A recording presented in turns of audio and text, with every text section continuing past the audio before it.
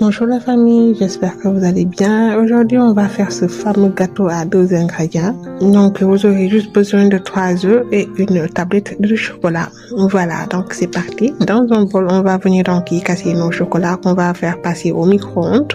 Donc, pendant ce temps, on va venir donc nous occuper de nos œufs. Donc, vous prenez 2 bols. Donc, dans l'un, vous y mettez donc le blanc d'œuf et dans l'autre, les jaunes. Donc, on va les séparer et après, donc, on va les travailler donc par partie. Voilà. Donc, c'est une recette que j'ai vue sur TikTok et je me suis dit que je vais le reproduire et voir donc ce que ça va donner.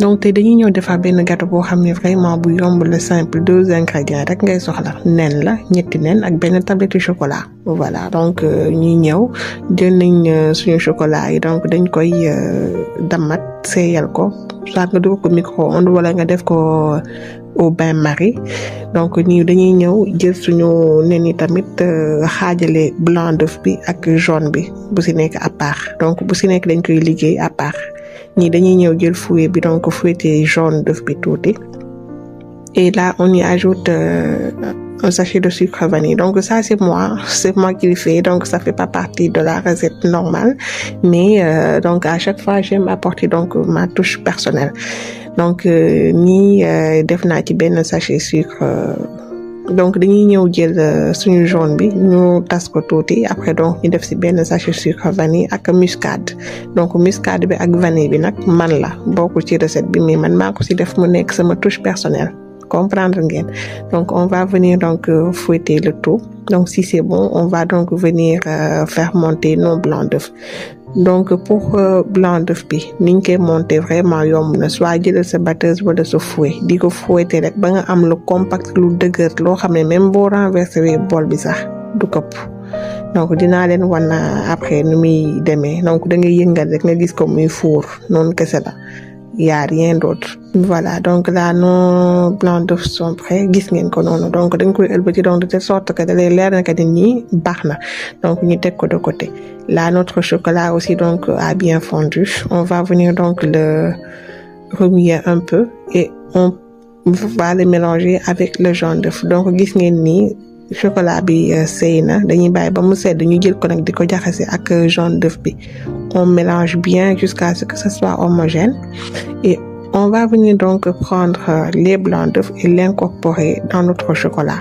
donc dañuy ñëw jël suñu blanc d'œuf bu ñu monté woon noonu en neige ñëw donc di ko incorporer ci chocolat bi nànk-nànk donc bu leen ko defee ak doole da ngay remuer nànk rek bu ko defee affaire yi du daal di toj comprendre ngeen voilà donc on va faire cette étape jusqu'à donc épuisement de notre neige c'est comme quand on fait donc une mousse au chocolat voilà donc comme booy defar mousse au chocolat même procédure bi la donc sauf que bii nii dañ koy ñëw dugal ci four bi mu nekk nag vraiment lu gaaw lu neex loo xam ne tamit bëriwul ay ingrédients voilà donc là on a fini donc d'incorporer tous nos éléments donc voilà ce qu'on a comme rendu donc il nous reste juste à le mettre donc dans notre moule et après au four donc ñu dama jël sama papier sulfurisé gis ngeen ma xaw ko mboxoñi noonu comme ça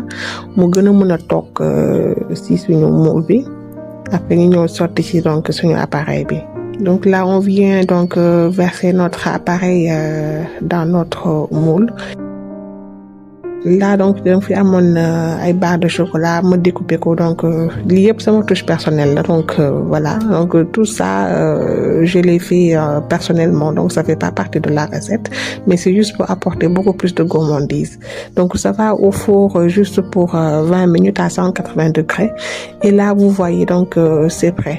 Si vous prenez donc le bout du couteau et que ça ressort sec, sachez que c'est bon.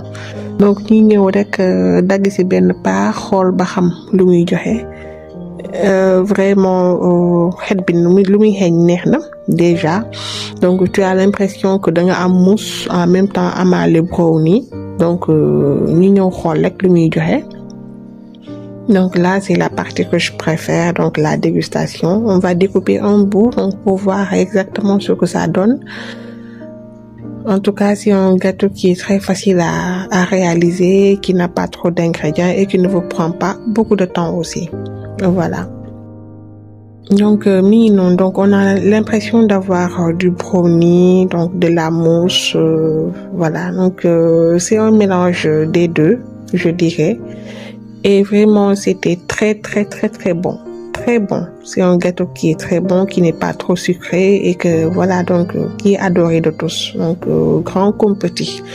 Voilà, donc les amis, c'était tout pour aujourd'hui. J'espère que cette astuce vous plaira. Laissez-moi des commentaires, partagez, likez. On se retrouve bientôt pour une nouvelle recette. Bisous.